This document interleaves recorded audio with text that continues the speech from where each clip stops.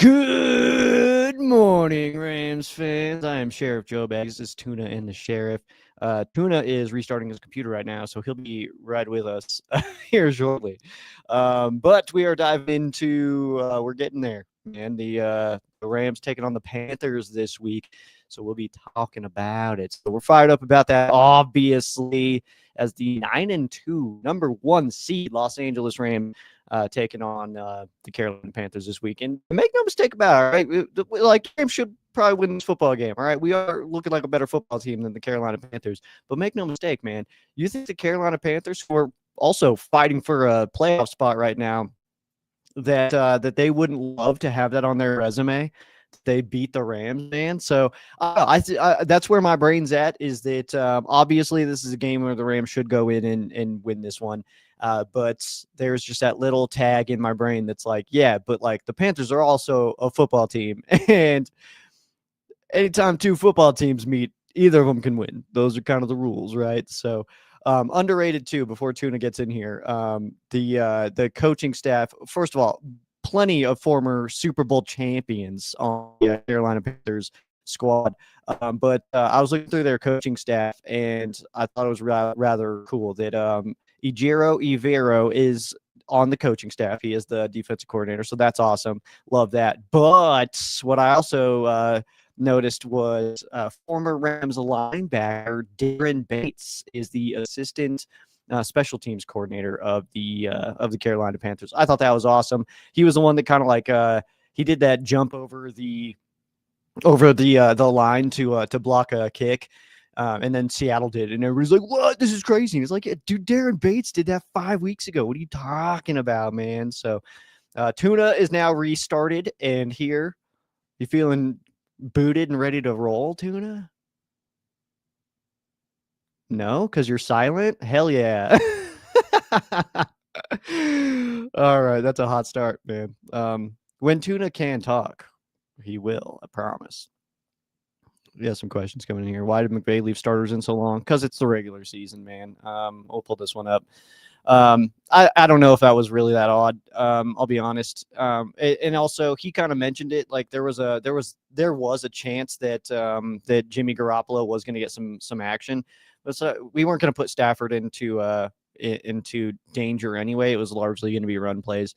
So I don't know, man. I'm actually not on that train that like we should have done that. Because also we came out fine, so I don't know. No harm, no foul, right? Yeah, shout out Dallas. Appreciate y'all. That's cool. That's the extent of my Dallas support, though, is like, hey, shout out. That was a good one, guys. They appreciate you for that one. Anyway, moving on. That's kind of how I feel about that. Good question here too, though. Would have been a good opportunity to see what Jarquez Hunter. Yeah, he was inactive though, so no pads, no action, dude. Those are the rules. So, yeah, coulda, but they didn't. I don't know, man. You're not going to get me to say that, like, yeah, we absolutely should have pulled our starters because it was fine. We were totally good. Yeah, I mean, I get it. We were beating them up and stuff like that, and I don't know. I'm not surprised, mad, confused at anything that the Rams didn't pull their starters in that game. It's a regular season game. What's up, Tuna? Good morning. Hey, there you are. I love technology. Yeah, dude, it's so good and works so well every time. Yeah, it is a little frustrating, but we're here. Good morning. What did I miss? Those first 4 minutes. Just talking about that. Darren Bates, Rams legend. Darren Bates was the one. He's a assistant special teams coordinator of the Panthers. He was the one that actually jumped over the line to block a kick for the first time. And then when Seattle did it, that's when everybody lost their mind. And then we've got comments in here. Somebody's mad that we didn't pull our starters, but I'm trying to tell them it's fine. Oh yeah, I actually initially said that when there was like 6 minutes left. I'm like, can we just take a knee, put Jimmy in, take a knee. I don't care, because like also that's the thing is like Matthew is fine. It's not like he got blasted and he's not going to play anymore. It's like yeah. I mean, hindsight's 2020, man. We were fine, so I don't understand retroactively going back to the game of like we should have pulled our starters because we came out fine. I understand if we got hurt, then like it's like yeah, we should have pulled our starters, and I could be sitting here saying like yeah, maybe we should have, but no harm, no foul. No, I totally understand that. But yeah, Carolina Panthers.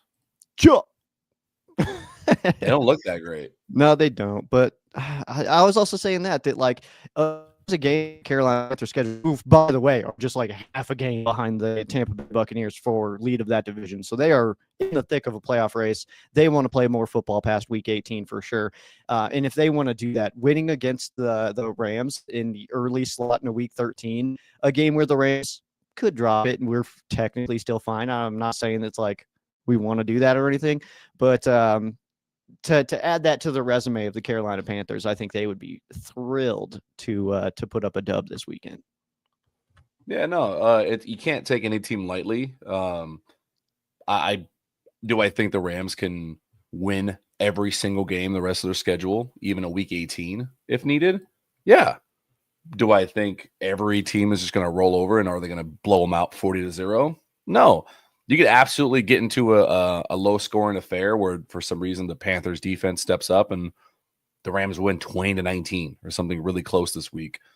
I have the infographics, I have the stuff up on how the Panthers did, but like you said, they're in the middle of a playoff race themselves. Somehow, some way, the Panthers find themselves in position.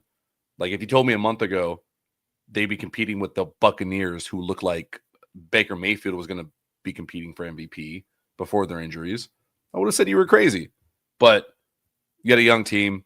Can they put it together? I don't think they have the talent to do it, but they're going to come in motivated no matter what. At least that's my feeling. That's my thought. Yeah, they absolutely. I mean, they're in a position to just kind of, it's like, if you're going to pull something out, man, this is the game to do it. You know what I mean? But like going into the season, they were my preseason pick for division winners there. So I'm feeling at least okay about where they're sitting right now. They're playing fine. That's the thing, is it like they're not like, they had that 3-game win streak earlier in the year, and then ever since then they've kind of been like, it's been like win loss, just floating right at 500. So to turn that corner, they also have been pretty beat up. So some health would go a long way for the Carolina Panthers, and just getting a few guys back in action. But they're really not as bad as people are giving them credit for. I don't even know if that's the right way to word that. That's really it's just no, they're not like the Raiders or Browns level, but yeah, they are that whole, I can't even call them middle of the pack, that mid lower part, like from team 16 to team 24, they're in there. They're just right outside the playoff. Do I think they're a playoff team? They don't look like it, but they might sneak in. The problem is that when they are bad, it is very hapless. It's not like a good team's bad where you're like, okay, you're bad for a half, but they'll put together at least one quarter and make this a game. Mm-hmm. Did you watch the Monday night game at all? Yeah, I did. It's just like that early where it was like interception, fumble, intercept, like back and forth. I'm like, what the fuck is this? Like, that's what you get out of teams like this, where it's kind of chaotic. But it's because of that can put them in games. I don't know if this will make any sense, but I don't know how it affects Stafford, like when you're playing at this level. But when a bad team is like never in position on defense, it kind of makes it harder. Yeah. Because you're reading something, you're like, all right, let's say you diagnose it perfectly. Like, all right, they're in cover 3. But then you got 3 guys that fuck up their location and they're in the random spots. Yeah. They can luck themselves in interceptions by playing the wrong defense. I don't know if that makes sense. I used to say that all the time. It was like, I don't have any names or anything like that. It wouldn't make sense anyway if I did. But like, I used to talk about that playing Madden against like my younger nephews or like my sister or something like that. Somebody who doesn't understand the inner workings of football. Those are the hardest people to play in Madden, because like you can't game plan for them. They're just calling random plays. You can't set anything up. Chaos. It's chaos. So difficult, dude. Like, it's so much harder to like try to navigate through their defense when like you're like, normally any regular team would pull a cover 3 right here, but they're pulling an engage 8. You know what I mean? Like, it's like, I don't know. You mean you're setting the house every play? It's so hard. It's like goal line. We're at 3rd and 15 at the 50-yard line. Like, and then you get sacked. You know what I mean? Like, it's just harder to do. But yeah, so I get what you're saying there. But Yeah, ultimately, man, this team, like that game last week against the Niners, it was what 20 to 9. Yeah, 9-20. Yeah. The Niners won that game. If Brock Purdy doesn't look like an absolute friggin' bummer out there, then that's like a 35-9 game. Brock Purdy Oh, absolutely it looked like doesn't look. trash. It didn't look good Um, at all. It didn't yeah, look good at and I'm all. sure it's just his toe injury still that he's just kind of still experiencing that. But they really just didn't look good in any capacity. But in that case, and obviously, we got to talk to Niners fans. But if that's the case, Mac Jones is playing well. Like, why rush Purdy back? Are they? It's a different conversation. It really is. Yeah. But yeah, and this is what I'm talking about, where they had every opportunity.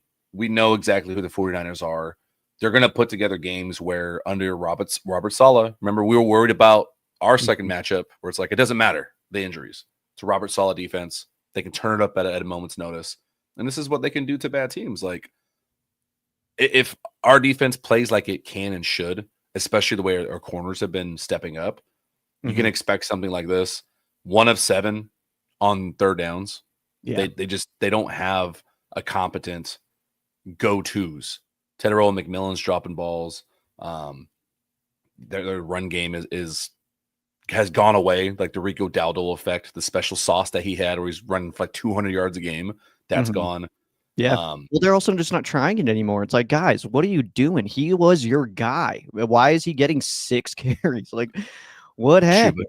Chuba came back and they paid him all that money. So you gotta feed your guy. That's like if Kyron went down and Corum was playing well. Kyron comes back after 4 weeks, like they're gonna get him the ball again. Yeah, but I don't think that the difference would be that dramatic if it was the Rams. Like if Blake was on fire for like 5 games in a row and then Kyron came back, Blake would still be getting his touches. Yeah, they've just gone completely away from it. I don't know what it is. Yeah. The fact this game only had 6 penalties is crazy to me. But yeah, Well, they're just not in there too, man. They got smoked in time of possession. The Rams haven't done well in time of possession the last few weeks. Last week it didn't really matter because a lot of that was second half and Bucks just trying to get it rolling. And then also we were just scoring so quick. And so, it's kind of funny. I was like, oh damn, we got wrecked in time of possession. It was like, oh, I mean, that's what happens when your touchdown drive is 3 plays, like so you're not holding the ball very long. Yeah, don't get me started on what I told you off camera about the discourse regarding people trying to downplay Stafford's ear. That goes into that as well. You get more emotional about that than I don't care what people say about Stafford. Like if I open Twitter and somebody's like Matthew Stafford's not MVP, I don't care. You're like, it's hey, screw you, buddy. Like, well, so here's the thing. It's when it's like just fans, you could tell the account is just a fan. It's fun to just go back and forth. It's like, oh hey, like I enjoy it, but I get it. Yeah. Yeah, no, not even like an engagement. It's just I look at it, I'm like, oh, that's funny. But when it's like one of those wannabe aggregate accounts or wannabe independent accounts where it's like, hey, 150,000 people have liked this, it's like, okay, pump the brakes. Like, what is this terrible propaganda? Because like you try telling me maybe Twitter doesn't matter because there's only 50 voters at the end of the year for MVP. But unfortunately, it's been proven in the past. There's 2 or 3 at least voters who are chronically online and will fall for the dumbest narratives and then vote for something stupid. And that stuff matters. Like, so he gets 45 votes instead of 48.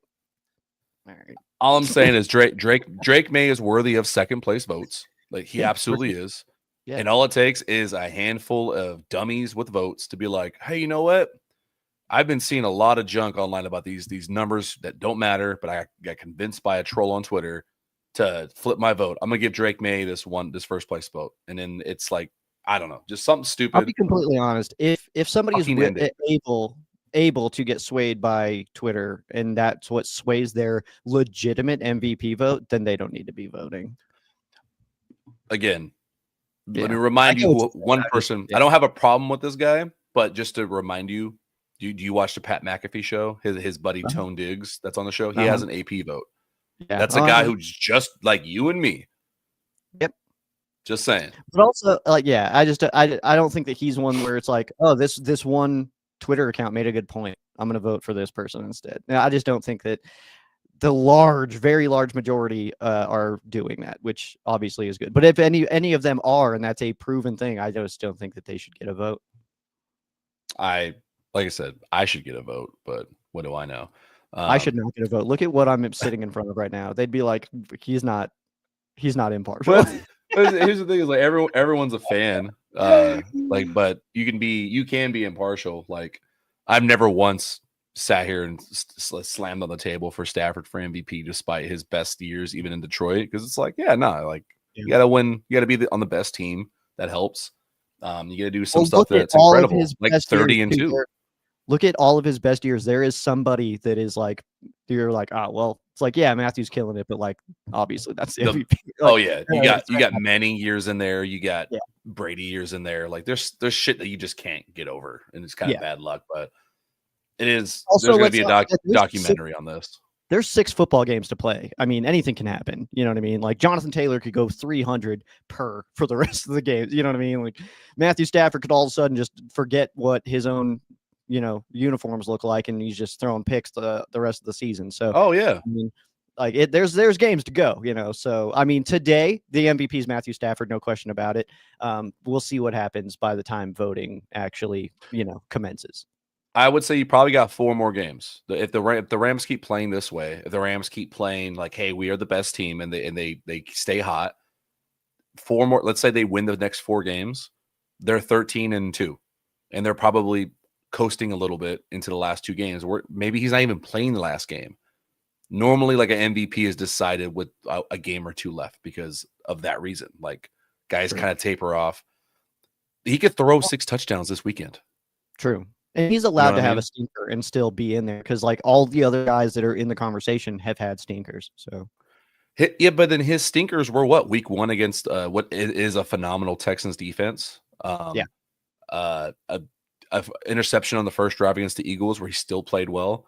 Was that Jacksonville where he only had like the 180? Well, he had a bunch of touchdowns that day, but like the yards just weren't there. 5 touchdowns. No, we were getting like 20-yard fields. So yeah, his real stinker was 2 weeks ago against Seattle. And what happened? He had low yardage, but 2 touchdowns and no interceptions. I'm sorry, that's his worst game. True. You're gonna point to that as like, and the conversations online that you're not seeing that I'm upset about is somehow people are doing mental gymnastics that his 1-yard touchdowns to Devontae are not that impressive. The hardest statistically play to execute from the 1. They're somehow saying that's not good. Yeah, if people want to just shout to the world that they don't know ball, then I don't care, man. Like, let them. I don't care. That's like, all right, dude, that's a crazy person yelling in the corner of the street downtown. You know what I mean? Like, it's like, oh, you don't have to listen to those crazy people yelling obscenities in the subway. You know what I mean? Like, just who cares? Like, now they're just on Twitter. So I don't know. But I ain't punched anyone all week, Joe. Like, you gotta let me have one person. Okay. Like, come on. Fair enough.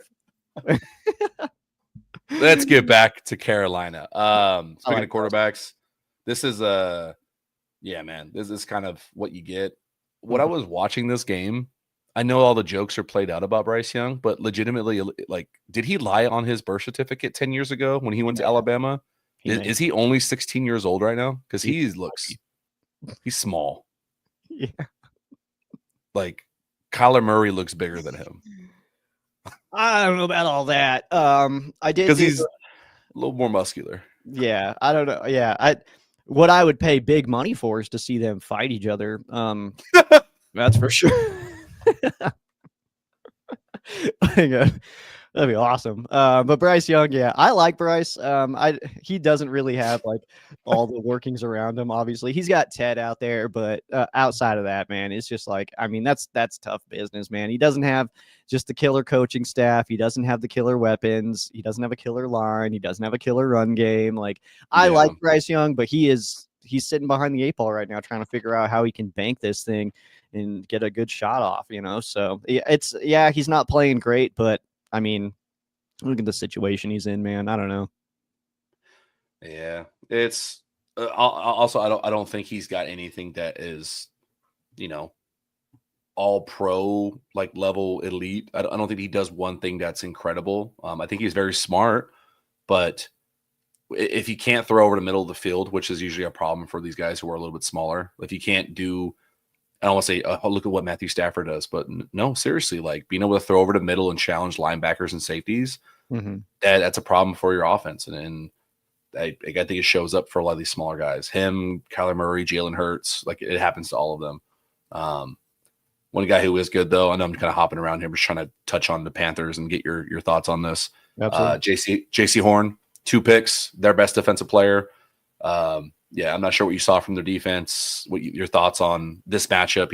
He'll probably match it with I'd say Devontae probably. Yeah, I would imagine that JC will travel with Devontae. He's a sticky corner, man. I mean, he's having a solid year. He's really sticking on his guys. I mean, change of direction is really solid. The way he's just kind of reading out the plays is really he's playing fine, man. That defense really not terrible. JC is the guy that they typically put on the ones, and I fully do expect him to be traveling with Devontae this week. And I mean, he may win a few of those reps, man. I mean, he's a good player. So I don't want to just I mean, I feel like we're getting really confident right now as Rams fans. So I'm just trying to make sure that that's kind of honed in a little bit, that I mean, we're still playing NFL teams and NFL players. Like JC Horn is a damn good football player. Yeah. If he showed up to the Rams, man, I mean, we're fired up about it. So yeah, I mean, he's going to win some reps against Devontae, but overall I feel good about the matchup. But JC Horn is a really good corner. Yeah, it's JC Horn was the one. I didn't really talk about it, but he was the one superstar that around the trade deadline that if the Rams sent their own first round pick for him, I would be elated. A JC Horn to the Rams at the trade deadline would be a larger impact than Sauce Gardner to the Colts. Yeah, true. I would say that. He's an incredible player. And we're hyping him up for you Rams fans because I know a lot of us have not watched a Panthers game. Like they're just never on TV outside of Monday Night Football when we're forced to watch them.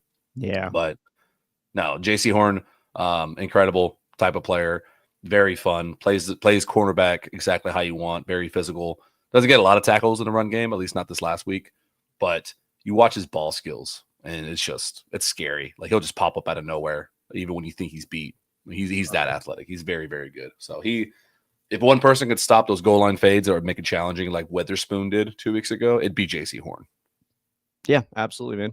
I want to touch back on the offense there. Rams blitzed decent against the Tampa Bay Buccaneers, man. So those numbers, I mean, Rams entered week 12 as the team that blitzed on the second fewest percentage. Now we're like fifth lowest. So definitely ramped that up against Baker and Teddy. Teddy throws of the Bucks. But yeah, I think that this is another one of those games where I think that we see that blitz percentage kind of stack up a little bit more because Bryce Young is able to you can force him into bad decisions if you can just rush him a little bit. So I expect more blitzes this week as well. What do you think? Oh, absolutely. It's very similar to the offense. Remember we talked? Huh? Sorry. Muad'Dib just said that Horn's out with a concussion. We're hyping this guy. He's not even going to play. No, he might. I mean, concussion. Wednesday morning. Concussion. Yeah, concussion protocol can get cleared pretty quickly. Shula calls a defense with a game plan similar to McVay, where it's time and place, because he could easily. They don't care what they've done the previous week. They're going to alter things. They don't have pride. It's a week by week basis. As much as similar where I said Stafford might throw 6 touchdowns, he might throw it 6 times. Like if their running game is just chunking away, they'll say fuck it and just keep running the ball. Same with the defense. If the front four is getting home and they're opening up and causing chaos, Shula would just be like, all right, I'll just call fire zone. I'll bring 3 and 4 all day, and you have no passing lanes. We'll get interceptions like we have the last few weeks. So I think it just depends on how those first few drives go, how the Carolina offensive line is holding up, and what the game plan is that they come in with. Because if they come in heavy personnel heavy, if they go run heavy and try to establish that, maybe they don't blitz as much because they got to stay home. They don't want to shoot the wrong gap.